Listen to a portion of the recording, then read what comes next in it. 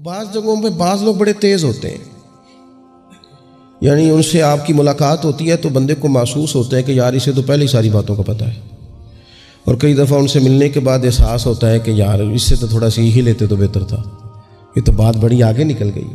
سارا پتہ ہوتا ہے، باشعور ہوتے ہیں، لیکن ڈر آتا ہے اللہ سے۔ اتنا باشعور آدمی، سمجھدار، پنچایت، پریا، لوگ، دین، دنیا سارا پتہ ہے، نماز کا ٹائم آ گیا تو وہ چھپتا پھرتا ہے، اس کی طبیعت پر بوجھ بن رہا ہے معاذ اللہ اللہ کے حضور حاضر ہونا، اسے خیر کا کام کرنا پڑ رہا ہے تو وہ ادھر ادھر نکلتا جا رہا ہے۔ تو سوال یہ ہے کہ پھر یہ شعور کا کیا مطلب رکھا ہوا ہے ہم نے؟ پھر اللہ سے دعا کرنے کی ضرورت نہیں۔ وہ حضرت عارف رومی رحمۃ اللہ تعالی علیہ فرمایا کرتے تھے بعض لوگوں کو رب سارا کچھ دیتا ہے، سجدے کی توفیق نہیں دیتا۔ اس کا مطلب یہ ہے کہ وہ کہتا ہے یہ سارا کچھ لے اور نکل جا، میرے گھر نہ آنا، رکھ سارا کچھ پاس۔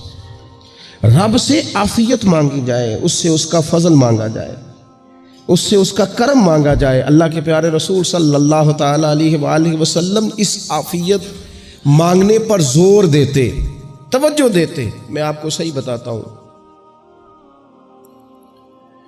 رب نے اگر کسی بندے کو عافیت میں رکھا ہو نا تو حالات کیسے بھی برے چل رہے ہوں اس کا بگاڑ کچھ نہیں سکتے۔ اور اللہ تعالیٰ معاف کرے 100 دفعہ خاکم بدہن، اگر کسی وقت اس کے کرم کی نگاہ پھر جائے تو پھر سارے اسباب سمیت بھی انسان اپنے پیروں پہ کھڑا نہیں رہ سکتا۔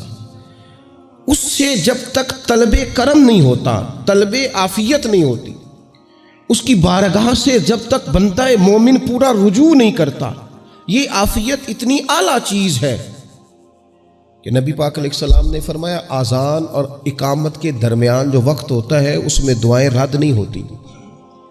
دعا مانگا کرو گے تمہاری اللہ اپنے فضل سے قبول کر لے گا۔ عرض کی یا رسول اللہ کیا مانگے؟ تو فرمایا عافیت مانگو رب سے۔ حضرت انس بن مالک حدیث کے راوی ہیں رضی اللہ تعالیٰ عنہ، یہاں بھی فرمایا یہ عین قبولیت کا ٹائم ہے، اب اللہ سے عافیت مانگ لو، اس کی پناہ۔ ہم دعاؤں میں بھی محدود ہو جاتے ہیں۔ رب دا طالب کوئی نہ ملیا، جو ملیا طالب زردہ ہو۔ جب عافیت، ایک بزرگ تھے ہر وقت اللہ سے عافیت مانگتے تھے، ہر وقت اللہ سے عافیت مانگتے تھے، ہر وقت عافیت مانگتے تھے۔ لوگوں نے پوچھا، لوگ ان کو صالح جانتے تھے، نیک سمجھتے تھے کہ حضور آپ اور کوئی دعا مانگتے نہیں، عافیت ہی مانگتے ہیں۔ فرمانے لگے میں مانگا کرتا تھا شروع میں، بعد میں خیال آیا ہے اور بھی دعائیں مانگا کرتا تھا، یہ احساس بعد میں نصیب ہوا۔ فرماتے میں مزدوری کرتا تھا، مال برداری کرتا تھا، ایک جگہ پہ ڈیوٹی کر رہا تھا تو تھک گیا، اور وہ جو کام لینے والے لوگ تھے ان کا رویہ بھی بڑا ترش تھا، تکلیف ہوئی۔ تو میں نے اپنے مالک کی بارگاہ میں عرض کی، مالک اگر 2 روٹی بغیر مجھے مشقت کے مل جائے دن میں تو تیری بارگاہ تو بڑی کریم ہے۔ کہتے ہیں میں نے یہ دعا مانگ لی، ذرا میں تھوڑا آگے بڑھا تو 2 بندے آپس میں لڑ رہے تھے، میں ان کی صلح کرانے کے لیے، انہیں بچانے کے لیے آگے بڑھا، تو میں جس کو چھڑا رہا تھا دوسرے نے میرے اوپر ضرب لگا دی، میرا بھی سر پھٹ گیا۔ تھوڑی دیر کے بعد وہاں پولیس آ گئی، وہ تینوں کو لڑنے والا سمجھ کے اٹھا کے لے گئے، مجھے جیل ہو گئی۔ 2 روٹیاں بغیر مشقت کے روز ملنی شروع ہو گئی۔ دعا مانگی تھی نا کہ یا اللہ 2 روٹیاں مل جائے نا بغیر مشقت کے، کہتے ہیں وہ 2 روٹیاں روز ملتی، کوئی کام نہیں کرنا پڑتا تھا، پر جیل ہو گئی۔ فرماتے ہیں میں بڑا پریشان تھا، روز روٹیاں پابندی سے آتی اور بہترین آتی، کھانا ملتا۔ پھر کچھ عرصے کے بعد میں نے سوچا کہ یار یہ دعا تو قبول ہو گئی نا تیری، اب تو اگر اس پر کوئی الگ بات کرے گا تو وہ تو غلط کرے گا۔ کہتے پھر خود ہی میرے دل میں اللہ نے بات ڈالی اور میں نے عرض کی مالک 2 روٹیاں نہیں، مجھے تو عافیت چاہیے، مجھے تو عافیت دے، میرے اوپر تو کرم فرما، تو نظر رحمت کر، جے ایک قطرہ بخشے مینوں، ایک قطرہ بخشے مینوں تے کام بن جاندا ہی میرا، مہربانی کر عافیت عطا کر۔ فرماتے پھر خدا نے کرم کیا، کہاں سے اسباب بنے میرے جیل سے چھوٹنے کے، کون کون میرے ضمانتی بنے اللہ ہی جانتا ہے۔ فرماتے ہیں دروازے بھی کھل گئے، رزق بھی ملتا ہے، صحت بھی میسر ہے، سجدہ بھی کر لیتا ہوں، سویرے تلاوت بھی کرتا ہوں، شام کو مدینے والے کی بارگاہ میں رج کے درود و سلام بھی عرض کرتا ہوں۔ میں ممکن ہوتا ہے تو کسی غریب کی داد رسی بھی کرتا ہوں. اب سمجھ آئی ہے. ربنا آتنا فی الدنیا حسنۃ وفی الآخرۃ حسنۃ وقنا عذاب النار. اب سمجھ آئی ہے رب سے جب بھی مانگنا ہے عافیت ہی مانگنی ہے, اس سے کرم مانگ. ہم نے محدود دعائیں رکھی ہوئی ہیں, محدود. وہ جی فلانا کام میرا ہو جائے تو بھئی وہ ایک ہو گیا, اس کے بعد پھر نئی ٹینشن بن جائے گی. نہیں, میں جی بچوں کی شادی کر لوں جی پھر میں فارغ ہوں. آپ شادی کر کے دیکھیں, لاگو پتہ جائے گا کیسے فارغ ہوتے ہیں. آپ یہاں رکتے کیوں ہیں؟ آپ خدا سے عافیت کیوں نہیں طلب کرتے؟ اس کی بارگاہ سے وہ کیوں نہیں مانگتے کہ جو ایک قطرہ ملے تو دنیا اور آخرت کے سارے کام ہو جائے؟ اس سے اس کی رحمت کا سوال کرے, اس سے اس کے کرم کا سوال کرے. اللہ کی بارگاہ میں بھی حاضر ہونا اور جچی تلی اور جناب ناپ تول کر اور محدود چیزوں کا سوال کرنا, مالک سے مانگے. اور وہ جب دیتا ہے تو دیتا بھی بے حساب ہی ہے. وہ جب عطا کرتا ہے تو کرم کے دروازے کھول کے عطا کرتا ہے, ورنہ تو ایک الجھن سے انسان نکلتا ہے دوسری میں الجھ جاتا ہے. ایک گتھی کو سلجھاتا ہے. پھر اقبال رو پڑے تھے, کہنے لگے میں عقل کی گتھیاں سلجھا چکا ہوں, یا رب مجھے صاحب جنوں کر دے. اللہ یہ بڑا میں نے ہیر پھیر دیکھ لیا, مجھے دیوانہ بنا. اب مجھے جنون ہو, اب میں کسی کے لیے رویا کروں, اب میں کسی کی یاد میں تڑپا کروں, اب میں رات کسی کے لیے میری آنکھیں بیدار رہیں. یہ بڑی ہو گئی دنیا داری. عقل کی گتھی حالانکہ نہیں سلجھتی, پر اقبال کہتے ہیں عقل کی گتھیاں سلجھا چکا ہوں, یا رب مجھے صاحب جنوں کر دے. اور پھر کہنے لگے بجھی عشق کی آگ اندھیر ہے. اب یہ مسلمان نہیں, یہ خاک کا ڈھیر ہے, تو مٹی بن کے رہ گیا. کیا کہاں اپنی ساری توجہات کا قبلہ کس چیز کو میرے عزیزو؟ اللہ سے عافیت. نبی پاک علیہ الصلوۃ والسلام نے ایک شخص سے پوچھا کیا دعا مانگ رہے ہو؟ تو اس نے کہا یا رسول اللہ میں اللہ کی بارگاہ میں صبر کا سوال کر رہا ہوں. تو حضور فرمانے لگے صبر تو مصیبت پر ہوتا ہے. یا رسول اللہ پھر کیا مانگوں؟ آپ ان جملوں اور لفظوں کی گہرائی کو سمجھیں. صبر کے لیے تو پہلے مصیبت آئے گی, پھر صبر آئے گا. تو یا رسول اللہ کیا مانگوں؟ فرمایا تو رب سے عافیت مانگ. مانا کیا ہے؟ مصیبت آئے کیوں؟ اللہ تجھے اپنی حفاظت کے حصار میں لے لے. وہ وقت ہی کیوں آئے کہ جب تیری طبیعت الجھ جائے, جب تو پریشان ہو جائے, جب تو تو اللہ سے عافیت مانگنا.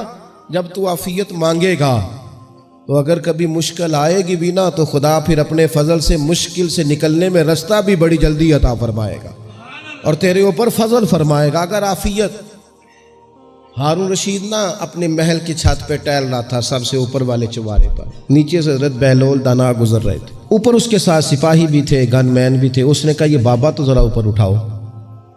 انہوں نے ایک ڈولی, ایک ٹوکری سمجھ لیں, اس کو رسیاں باندھ کے نیچے پھینکا.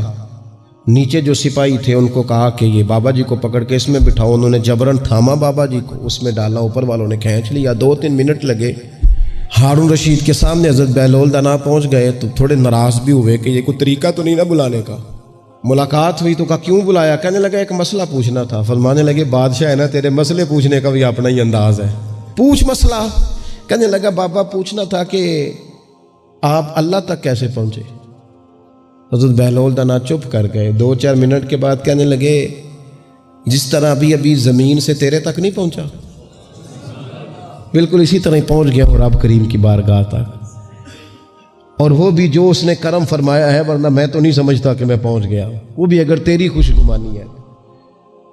ہارون رشید کہنے لگا مجھے سمجھ نہیں آئی. فرمانے لگے تو بادشاہ جو ہے اتنی جلدی کیسے سمجھ میں آئے گی تجھے بات؟ فرمانے لگے اگر میں تجھ سے ملنا چاہتا نا تو میں ایک درخواست لکھتا, پھر کسی وزیر سے سفارشی سائن کراتا, پھر وہ جمع کراتا, پھر مجھے ٹائم ملتا کہ فلاں دن فلاں تاریخ فلاں ٹائم آ جانا, پھر آ کے میں لائن میں لگتا. پھر بھی تو بادشاہ ہے, تیرا موڈ بنتا ملنے کا کہ نہ بنتا. جب میں چاہتا تو پتہ نہیں کتنا ٹائم لگ جاتا, جب تو نے چاہا ہے نا تو 1 منٹ بھی نہیں لگا. فرمانے لگے میں نے دعویٰ ہی نہیں کیا کہ میں جد و جہد کر کے پہنچوں گا, میں نے تو رب کی بارگاہ میں عاجزی کی ہے, پھر رب نے ہی کرم فرمایا ہے, اسی نے مہربانی کی ہے. مانا کہ محبت کے سفر میں ہر گام پہ 100 مشکل ہے, لیکن یہ سفر آسان بھی ہے. اگر ساتھ تمہارا ہو جائے, اس کے کرم کا ساتھ رہا ہے, اس سے عافیت مانگی ہے, اپنے آپ کو اس کے سپرد کیا ہے تو اس نے کرم کر دیا.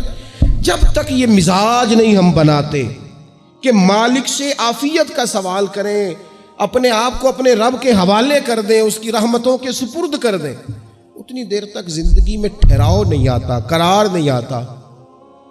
مشکات میں موجود ہے، اللہ کے پیارے رسول صلی اللہ تعالیٰ علیہ وسلم تیمارداری کے لیے گئے تو صحابہ کرام فرماتے ہیں وہ بندہ نا اتنا پتلا نحیف اور لاغر ہو گیا تھا جس طرح چڑیا کا بچہ ہوتا ہے، کمزوری ضعف طاری تھا۔ تو محبوب کریم نے اسے دیکھا تو بڑے کریمانہ انداز میں کریم فرمانے لگے، تو کوئی دعا نہیں مانگتا، تو عافیت نہیں مانگتا اللہ سے؟ عرض کی یا رسول اللہ صلی اللہ تعالیٰ علیہ وسلم، میں نے اپنے رب کی بارگاہ میں عرض کی ہے مالک قیامت کا عذاب بڑا سخت ہے، میں نہیں برداشت کر سکتا، تو نے اگر مجھے کوئی سزا دینی ہے تو یہیں دے لے، قیامت کو نہ دینا۔ تو کہتے ہیں محبوب فرمانے لگے سبحان اللہ، او خدا کے بندے تو رب کی سزا دنیا میں بھی نہیں سہ سکتا، اللہ سے یہ بھی سوال نہ کر، تو رب سے کہہ ربنا آتنا فی الدنیا حسنۃ وفی الآخرۃ حسنۃ وقنا عذاب النار، تو رب سے دنیا میں بھی حسنہ مانگ، بھلائی مانگ، تو آخرت کے لیے بھی بھلائی مانگ، تو اس سے عافیت کا سوال کر، تو نے یہ سوال کیوں کیا؟ عرض کی یا رسول اللہ کرم ہو گیا ہے، مجھے سمجھ آ گئی، اب میں اسی طرح ہی کروں گا۔ عزیز دوستو، ہم کہاں سہ سکتے ہیں؟ ہم دنیا میں رب کی سزا ہم نہیں سہ سکتے، ہم کمزور ہیں، تو گرمی نہیں سہ سکتے، شدید سردی نہیں سہ سکتے، شدت کی بھوک لوگ نہیں سہ سکتے، کوئی آزمائش نہیں سہ سکتے۔ وہ جو لوگ بعض اوقات کہہ دیتے ہیں نا جی فلاں چیز ہمارے اعمال کا نتیجہ ہے، تو میں کیا کرتا ہوں، نہ کو یار، ہم تو یہ بھی نہیں سہ سکتے، ہم کہاں برداشت کر سکتے ہیں، ہمیں تو وہ معاف ہی فرمائے، ہم حساب والے ہے ہی نہیں، ہم تو صرف معافی والے ہیں۔ ہم سے نہ حساب پوچھے، اس نے حساب پوچھا تو پھر تو بڑی مشکل ہو جائے گی، اگر اس نے حساب پوچھا تو بڑی رسوائی ہو جائے گی، اگر حساب پوچھا تو مشکلات سامنے دکھائی دینے لگ جائیں گی۔ ہم سے تو وہ درگزر والا معاملہ کرے، ہم سے تو وہ کہے جا میں نے محبوب کے صدقے تجھے معاف کیا، جا تیرے لیے رحمت اور بخشش والا فیصلہ